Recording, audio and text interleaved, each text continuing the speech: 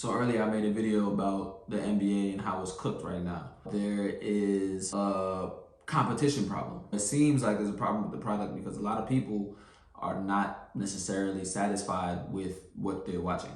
Based on this surge of scoring is unprecedented, like people are breaking new records for scoring each day, and it doesn't necessarily seem that these people who are breaking these records are historically going to be relevant in the big picture when it's all said and done. So for me, that's a problem. The All-Star game is a whole nother topic. Somebody asked me, what would you like to see, different things that you can change to make the product look better? And I'm gonna tell you guys right now, there's a lot of players in the league now that take advantage of the rules. Obviously, that's what you're supposed to do. You're supposed to be clever enough to find the loopholes in the rules, i.e., James Harden, when he was getting fouled on the three-pointers, he found a loophole.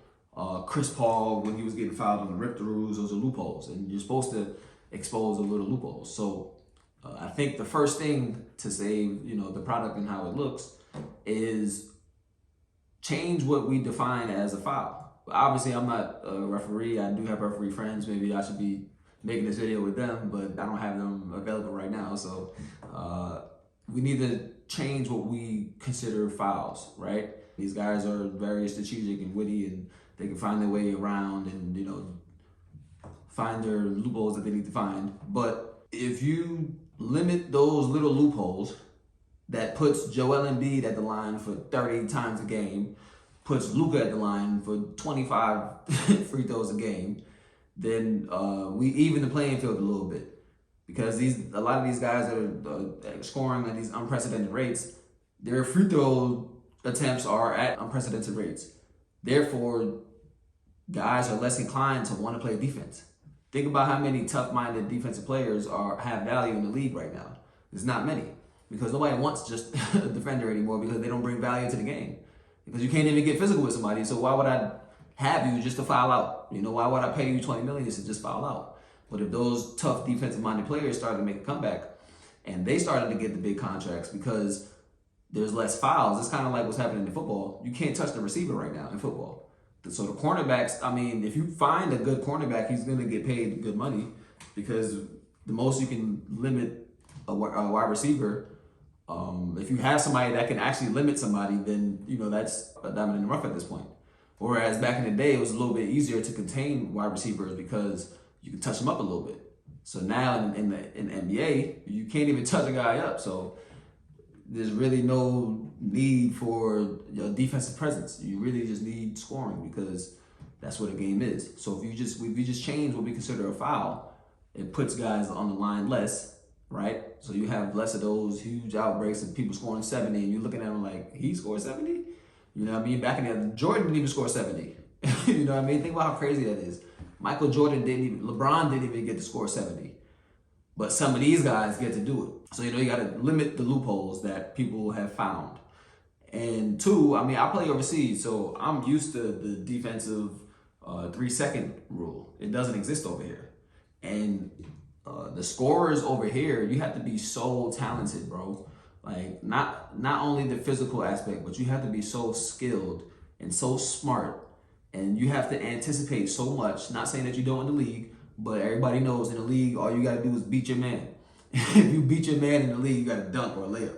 Unless you're Kevin Durant, then maybe somebody will slide over and you just euro around them and lay it in.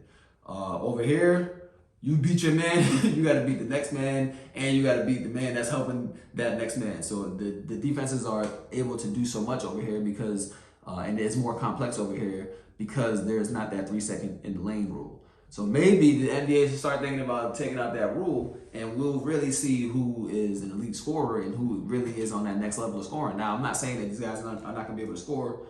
Luka Doncic, for example, came from that. He knows that. But this is why he's having his way in the league. He's playing with these guys because once you take that away from a defense, it becomes hard to contain one really, really talented player. Nobody knows that more than he does. Obviously, the one that most people kind of always go to is less games. Less games would mean maybe more emphasis, more important on the other games. Let's say you go from 82 to 56. So all those 56 games might actually mean something because, you know, there's not a lot of room to mess around with. That's the value that overseas has over the league as far as the competitive product.